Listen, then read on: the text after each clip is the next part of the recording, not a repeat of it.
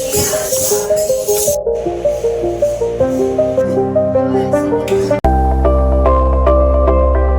सब लोगों ने भी सुना होगा कि जहाँ दवा काम नहीं करती वहाँ दुआ काम करती है। तो इसका मतलब क्या हुआ कि दवा से भी ज्यादा ताकत दुआ में होती है। Hello everyone, welcome back to our channel. Friends, आज है 6 मार्च। ये व्लॉग आपके पास 6 मार्च का आ रहा है। और फ्रेंड्स, आज है हमारे यहाँ सत्संग। तो साल में एक बार जो हमारे यहाँ सत्संग होता है ना, तो वो बहुत ही हम थोड़ा सा ह्यूज करते हैं, थोड़ा सा ग्रैंड करते हैं, क्योंकि हमारे गुरुजी की बरसी होती है और इसमें बहुत ही इंजॉय होता है। मतलब हम इंजॉय भी करते हैं और अच्छे से ज्ञान की बातें भी बताते हैं। जो आते हैं ना वो बताने ज्ञान की बातें, वो ज्ञान की बातें भी बताते हैं, प्लस इंजॉय भी करते हैं गुरुजी के भजन गा के।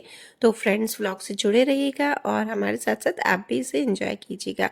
और जैसा कि मैंने आपको बताया कि दुआओं में ताकत होती है, तो फ्रेंड्स हमारे यहाँ सत्संग होता है, प्रसाद प्रसाद सब हमारे यहाँ बढ़ जाता है ना। उसके बाद सबके हम जब पैर पड़ते हैं ना, तो वो हमको दुआएं देते हैं। तो फ्रेंड्स, मैं इस बात में बहुत ही बिलीव करती हूँ कि दुआओं में ताकत होती है। जिस तरह हम भगवान के पास बैठकर प्रार्थना करते हैं, तो आपको पता ही है कि मैं हमेशा बोलती हूँ कि प्रार्थनाओं में ताकत होती है, उसी तरह से फ्रेंड्स दुआओं में भी ताकत होती है।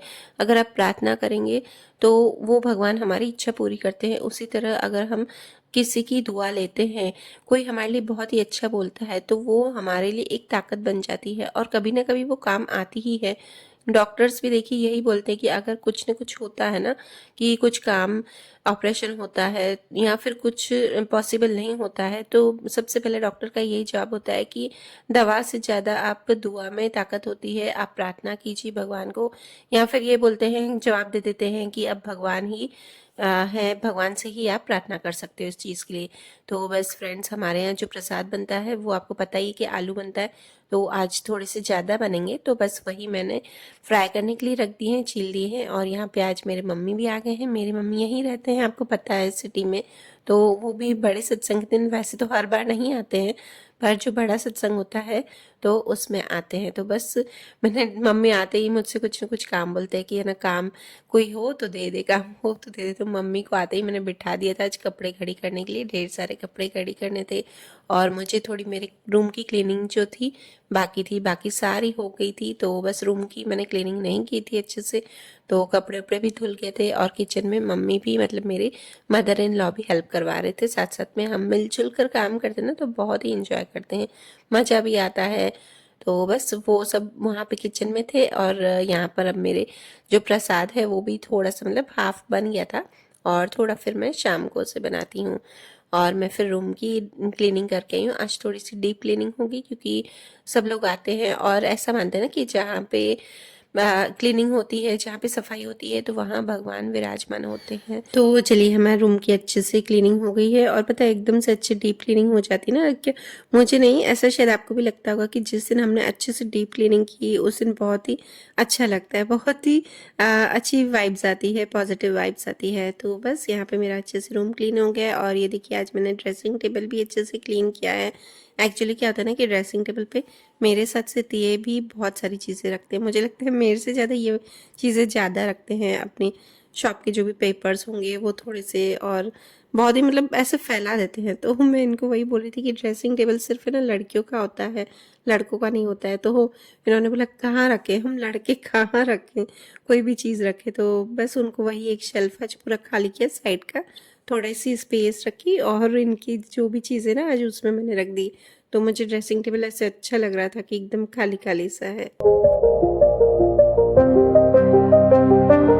मेरी मम्मी मम्मी से मिली है, और बस ये आए हैं। कपड़े इतने सारे घड़ी करके दिए, मैंने आपको सुबह बोला था ना कि ना कपड़े रख दिए, तो बहुत सारे कपड़े घड़ी करके दिए, बस मुझे स्टार्ट करने हैं। तो बस जिस दिन मम्मी आते हैं ना उस दिन मेरी काफ़ी हेल्प हो जाती है। और क्या है ना कि मम्मी भले खड़े खड़े ज़्यादा काम नहीं करते, पर बैठने का इतना काम करके देते हैं ना, और उनसे बैठा नहीं जाता है। बस ये दे दे, वो दे दे, या फिर नहीं होता है काम तो बोर हो रही हूँ, तो कुछ ना कुछ उनको काम, ठीक है, बैठते हैं, बातें भी करते हैं, साथ साथ में काम भी करते जाते हैं, तो बहुत ही मज़ा आता है। और ये देखिए, ये अनन्या आज घर पे है, तो अनन्या भी शूट करती जा रही है। उसके भी एग्ज़ाम चल रहे हैं, आज छुट्टी है, तो उसका कोर्स कंप्लीट हो गया था। तो बस, और देखिए हमारे यहाँ ये बोलते हैं, हमारे यहाँ नहीं, शायद सबके यहाँ बोलते हैं कि जैसे भी आप भगवान की सेवा करोगे ना, तो हमारे यहाँ भी ये बोलते हैं कि सत्संग की सेवा करोगे तो फल मिलेगा। तो वो आज मेरा शूट भी कर रही थी और इसके बाद उसने थोड़ी सी हेल्प भी करवा दी थी। हेल्प करने में क्या है, जैसे कि चेयर्स अरेंज कर ली है उसने, ये सब कर लिया है, तो बस ये छोटे मोटे काम। तो दुआओं में जैसे ताकत होती है ना, तो फ्रेंड्स इस तरह से हम अगर सेवा करते हैं ना, तो उस टाइम भी मतलब वो भी चीज़ हमारे बहुत ही कभी ना कभी काम आती है, वो भी अच्छा फल देती है। और ये वाली जो चेयर्स है ना, ये हमने वॉचमैन से मंगवाई थी, तो बस वॉचमैन दे गए थे, तो खाली मैं साइड में अरेंज कर रही थी, छोटा मोटा जो काम था बस वही था, बाकी सब काम कंप्लीट हो गया था। आज अनन्या ब्लॉगिंग कर रही है, बोल रही मैं ब्लॉगिंग कर रही हूँ। अनन्या ध्रुव, ये ध्रुव, ये ध्रुव हमारा कितना शर्मा रहा है।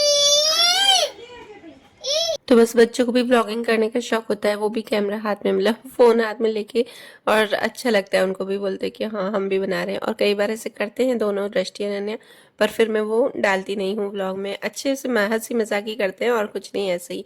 तो बस, और यहाँ पे देखिए मम्मी ने कितने सारे कपड़े खड़ी किए, पहले तो मैं अंदर लेके और यहाँ पे मैं अलग अलग करूँगी और उसके बाद मैं बच्चों के रूम में रख के आऊँगी। तो चलिए फ्रेंड्स, यहाँ पे अब शाम का समय हो गया है, उसके बाद मैंने आधे घंटे की नैप भी ले ली थी, ध्रुव को सुला दिया था और नैप ले ली थी मैंने भी खुद आधा घंटा। और बस शाम को उठते ही जैसे कि मुझे चाय चाहिए, तो बस एक तरफ मैंने चाय रख दी थी और यहाँ पर मैं मेथी काट रही थी, क्योंकि मेथी डलती है जो आलू बनाती हूँ ना सत्संग में, तो उसमें मैं मेथी डालती हूँ नीचे से। तो बस वह कट कर रही थी, और चाय मेरे अलावा और कोई नहीं पीता है, ना तो मेरी सासू माँ पीती है, ना मेरी मम्मी पीती है, कोई नहीं पीता है, बच्चे भी नहीं पीते। तो बस उठते ही सिर्फ मेरी चाय रखी थी। और ऐसा लगता है ना, कोई और पीता है तो कोई और भी बना लेता है, मुझे तो खुद ही पीनी है, खुद ही बनानी है। तो बस, और यहाँ पे ये देखिए जो मेथी है ना, वो पहले मैं थोड़ा सा भिगो के रख देती हूँ, ताकि जो भी मिट्टी है ना वो निकल जाए नीचे। अब चलिए आलू बताते हैं। तो नीचे बस ढेर सारा जीरा डाला है और उसके बाद मैंने मेथी और हरी मिर्च डाल के इसे पहले अच्छे से भून लिया है, ताकि जो मेथी है ना वो कड़वी नहीं लगे।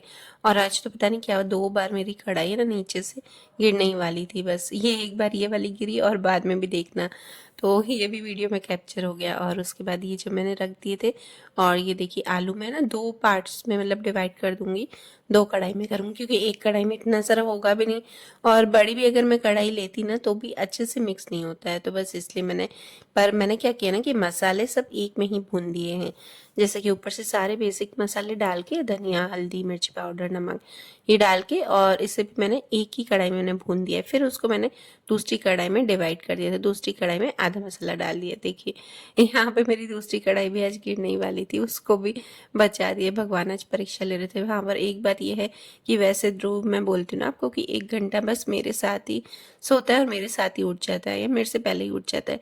तो आज तो ध्रुव 6 बजे तक सोया ही रहा, उठा ही नहीं। और फिर आज पापा आए थे शॉप से जल्दी, पापा को बोला था पा आ जाना तो उसे संभाल लेना, तो बस पापा आए थे, उससे 10 मिनट पहले ही वो उठा था। तो है ना, भगवान अपने साथ, वही बोलती हूँ कि अगर हम अच्छे कर्म करेंगे, कुछ ना कुछ अच्छा करेंगे ना, तो भगवान भी हमारा अपने आप साथ देता है। और मुझे ये होता है कि यार मैं अच्छे से सेवा कर पाऊँ, तो ध्रुव अच्छे से बैठ जाए चुप करके, तो मैं अच्छे से सेवा कर पाऊँ। तो बस यहाँ पे आज अनन्या भी, ये देखिए यहाँ पे किचन में आ गई थी फिर से, तो ये बना रही है कड़ा प्रसाद। हमारे यहाँ कड़ा प्रसाद बनता है, तो उसके लिए ना आटा भूनना होता है पहले, तो वही अनन्या को खड़ा कर दिया था, मैंने उसे सब बता दिया था डाल के, और मैंने बोला था अब तू भून ले आटा। इसको मैंने धीरे धीरे सिखा दिया है, नॉर्मली हम जैसे शीरा बनाते ना, तो भी मैं उसको बता देती हूँ कि ऐसे बनाना है, तो उसको आता है थोड़ा थोड़ा बनाना। तो बस वही ये भून रही थी, और इधर मेरे आलू भी बन गए थे अच्छे से। तो बस इसे आलू को है ना हम कैस्ट्रॉल में डाल देते हैं, अलग अलग हॉटपॉट होते हैं ना उनमें ही डाल के और फिर रख देते हैं। हाँ, और आज आप सोचोगे कि दृष्टि का है, तो दृष्टि को कोचिंग भेज दिया था, मतलब कोचिंग में उसकी क्लास थी, 1 डेढ़ घंटे की क्लास थी। फिर हमने बोला था वहीं बैठ जाना, क्योंकि देखिए घर पे थोड़ा सा ना डिस्टरबेंस होता है ना उसको, तो अभी बोर्ड एग्ज़ाम है और कल उसका लास्ट एग्ज़ाम है, तो बस इसलिए उसको भेज दिया था। और वैसे तो वो भी सेवा करवाती है, हमने बच्चों को भी ये सिखा रखा है कि सत्संग की सेवा करोगे तो अच्छा रहेगा, तो बस बच्चों में भी ये संस्कार है, वो अपने आप ही आगे से बोलते हैं कि मम्मी क्या करवाऊँ। तो बस उसके बाद सारा किचन का काम हो गया था, प्रसाद बन गया था, और यहाँ पे मैं तैयार हो गई हूँ सत्संग के लिए, और बस अब एंजॉय करेंगे, मतलब कि अच्छी अच्छी बातें सुनेंगे और उसके बाद भजन करेंगे। तो चलिए आपसे फ्रेंड्स शेयर करती हूँ। और यहाँ पे देखिए अनन्या और इसकी चाची ने मिलके ये सब पैक किए हैं। ये भी प्रसाद अलग से है, मतलब आज है ना 2 प्रसाद बनते हैं, 2 हम पैक करते हैं, 2 पैकिंग करते हैं। तो ये एक प्रसाद है और एक दूसरा जो प्रसाद होता है ना वो बाद में बनाया जाता है। मतलब सब लोग कुछ ना कुछ ले ही आते हैं थोड़ा-थोड़ा, तो बस वो वाला मिलाकर और एक वो प्रसाद बनता है। तो बस यहाँ पे ये प्रसाद है, ये पैक कर रही थी। बस 2 चार ही थे लास्ट में, तो मैंने बोला कि अब मैं थोड़ा-सा शूट कर लूँ। तो फ्री हो गई थी वहाँ से और ध्रुव को पापा ले गए थे उसे गार्डन में।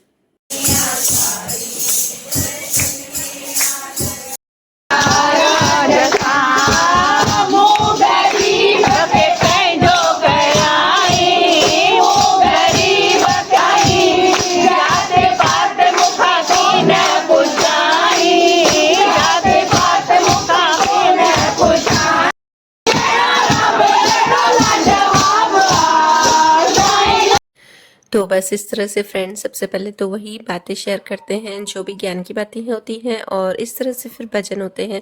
और सच में फ्रेंड्स इतना मज़ा आता है ना, इतना एंजॉय करते हैं हम।